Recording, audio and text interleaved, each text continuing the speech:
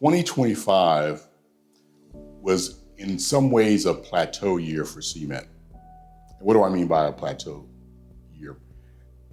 Everything was normalized within the CMET organization. We conducted 4 virtual cohorts.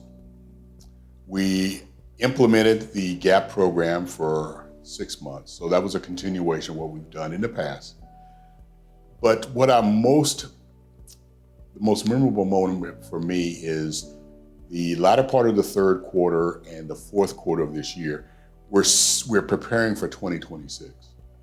We ran a beta program for a mastermind group that's turned out to be something we'll implement. We did the planning and we're doing the beta test for CMET Nation, which will be a community. And the last thing is we're transitioning the GAP program into a new program. So when I look at memorable moments, it's that transition of an organization from being very stable and being very consistent in the programming that we've done with our cohorts to one that is now bridging to the future, 2026 and beyond. But the most memorable moment for me, as I reflect back on it, is one of our past entrepreneurs. Her name is Sammy Marrero. She is a published author. And we took a picture, and the picture had Savola Frazier, it had Katie Bennett, it had Sami and myself.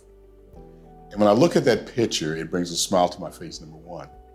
But number two, it shows the legacy of CMET, where you have Sami, who is an entrepreneur who started in our 2nd year, who's moved into being an author as well as a digital marketing specialist, having Katie, who Sami utilized for her branding and the marketing and the launch of her book, and Savola, who was our coach in the GAP program.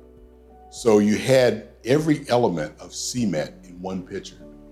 And it just brought a big smile to my face. It was one of those moments where you kind of take a look and you have this idea for an organization 4 years ago, and you look at this picture and you go, this is the essence of CMET. It's to see successful entrepreneurs live out their dream, but also become very profitable businesses over 4 years. So those will be the moments that I reflect on and bring a smile to my face and also make me very proud as a proud papa of an organization. When I had the idea for CMET, it was going to be a virtual workshop. 2025, we did a nonprofit workshop with Lift Orlando. We've partnered with Lift Orlando on, we just completed our 3rd year doing their small business cohort.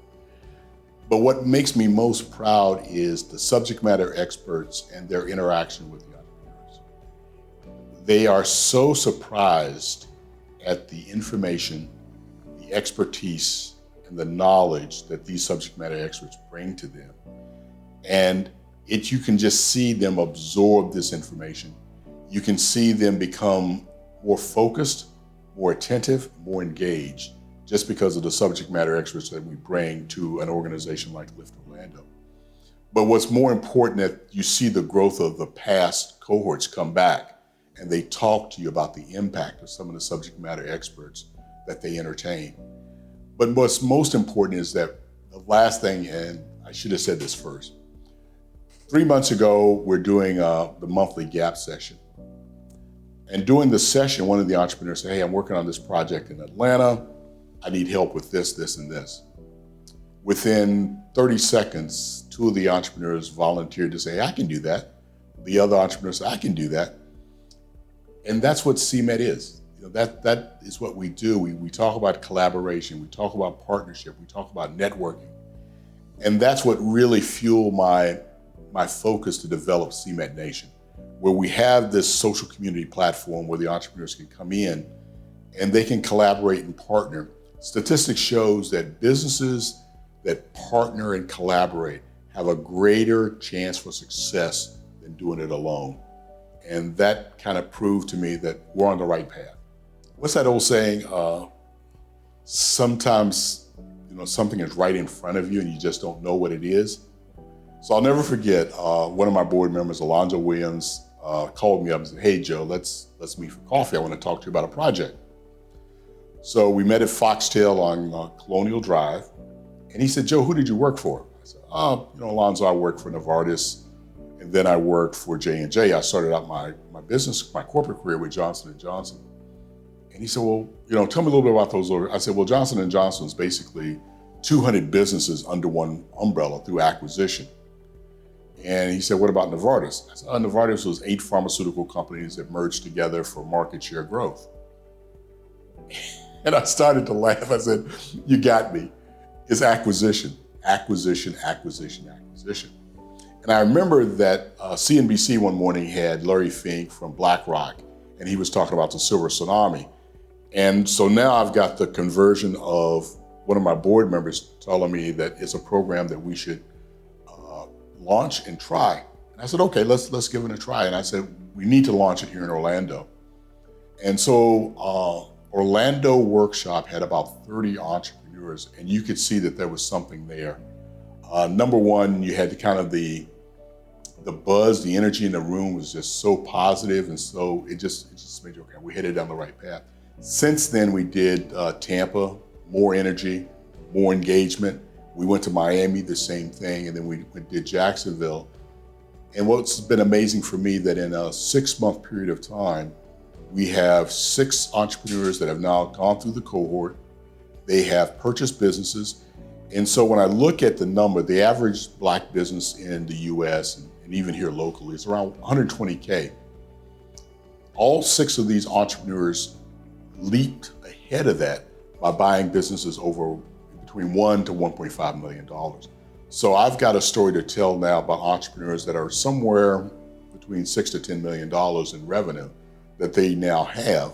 That kind of really changes the dynamic. They're now business owners, they have cash flow, they have customers. And it's just been something that has led to other things in regards to now we're well positioned to do 12 in 2026. We're going to do a virtual workshop, probably 1 a quarter, but there's just great possibilities and potential for this workshop. So it's been very pleasing to see how that program has evolved and how successful it's been. As I look into 2026, there's a big smile. I am so happy to where we're at and the opportunities that we have, the partnerships, the collaboration. 2026 is going to be a great year for CMET. Number one, we'll still be doing what is our core, which is the virtual Entrepreneurial Business Accelerator. That has been the core of CMET for 5 years, and it'll still stay the same. But now we've got a clear pathway for entrepreneurs. They come into the 5-day, they do the virtual program. Now they can move into a GAP, a Growth Accelerator program. And now they have the opportunity to go to a mastermind. And the mastermind will be structured so that the business will be based on valuation. We'll talk in terms of financial terms. What do you want your business value in 3 years to 5 years? So that's one. Number two, we'll still be doing the ETAs. We'll be doing, as I said before, we'll do some each quarter, but we'll also do a virtual one a quarter. So we look forward to that. There's an opportunity for us to partner with one of the local CDFIs in regards to partnering with them and growing the ETA program. We were very fortunate, but we paid our dues. We now have funding to do 3 in-person EBAs. That'll be a new venture for us. We've always been in the virtual world, but I'm very proud to start in January. We'll do our first in-person, which will be a 6-week program. Then, of course, we've got CMET Nation. That'll be up and running in February, and I look forward to the growth of that. So when I look at 2026 is going to be a bright year for us. We really kind of set everything in play to be very successful. And being very successful means entrepreneurial growth. We want to see the revenue for these entrepreneurs move past, as they say in the old baseball terms, getting above the Mendoza line. It is very important for us to move past that 110 number or 150 number. We have to get between 300K to 500K. So these are very solid, fundamentally sound businesses. So 2026 brings to a smile, has a big smile on my face. I look forward to the opportunities of our trajectory being on a high angle, to put it mildly. Well, as I sit here today, we're now a year into becoming a resource partner with the National Entrepreneur Center, and that is a big achievement for CMET. As the president of NEC told me, we're the youngest organization to become a resource partner at NEC. What does that mean for CMET? Well, for lack of a better term, we have a home. And that has now positioned us to do the in-person EBAs that we got funding for. It gives us the opportunity to do the Christmas boot camp. It gives us the opportunity to leverage relationships with SCORE, because SCORE will be our partner for our in-person in regards to coaching and counseling these entrepreneurs in our in-person. But also, I'm very happy with the relationships we have with Lift Orlando, for example, where we'll be doing our 4th small business cohort with them in 26. We'll do our 2nd nonprofit workshop with them. We have a 5-year relationship with JP Morgan Chase. JP Morgan was one of the first organizations to believe in CMET, our mission, and what we were trying to accomplish. And they've been a partner with us ever since. But what is a partnership, a true partnership? It's really you help each other out. It's not a one-way relationship. I've made introductions for them, they made introductions for our CMET. And one of the key introductions that they made for us was introducing us to the College of Business and Entrepreneurship at Bethune-Cookman University.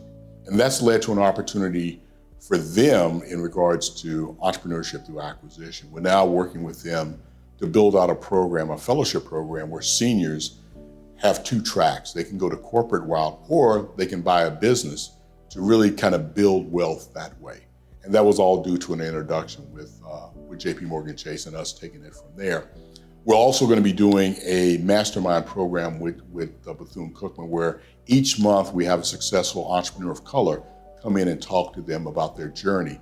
And it's very important for young college students to see people that look like them within their generation, and to kind of look up on the stage and go, I can be that guy, or I can be that female entrepreneur that's successful. So that's some of the partnerships that we won with Lyft, with becoming a resource partner at NEC, and now the 2026 fellowship program with Bethune-Cookman coming to fruition. And my father he wasn't a great preacher, but he was a great minister. And what do I mean by that? My father would take a church that was in decline and build it back up. If a city needed a church, he would go in there and build it. And that's my legacy. That's the legacy he gave to me. As I look back on all the things that he made me do, and I was like shaking my head going, Dad, I'm 16 years old. I could be doing other things on a Saturday night besides driving you hours through these back roads of West Virginia to this church that would have 3 or 4 people there. But now I understood mission. I really now have an understanding of mission and life's work. You get to a point in your life where you do want to give back to your community, and you see an opportunity. And they always say, what is luck? Luck is preparation, right?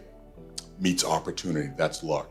And that's what I felt with CMET. I was in a situation where I saw an opportunity for a way and a pathway to help people that look like me become successful entrepreneurs. I had 40-some years of connections. For those of you that aren't old enough, but I had a Rolodex. I had a Rolodex of names and people that I could contact. And I look back, again, almost 5 years from the date that we got our letter of determination from the IRS, and I see an organization that's done 27 cohorts, that has over 400 entrepreneurs in its ecosystem, that's doing things where, the businesses are doing in excess of $1 million. It makes me very proud of the organization, but I'm most proud of the people that have assisted the success of these entrepreneurs. I mean, CMET would be nothing without our subject matter experts. It would be nothing without my board. It would be nothing without the people that do the digital marketing and help me look good on camera. So I've got this, I feel like I've got this, I've got these people that just are there for me, and they're there for the entrepreneurs. And again, it makes me think about my father. My father, the things when he passed away, I can still remember some of the parishioners saying to me how much my father helped them, little things that he would do in these small towns and in these small communities to make sure the church was vibrant. He gave them counsel and the Word of God. I'm not at that level, but I hope that my father and mother are very proud of what I've done for the past 5 years.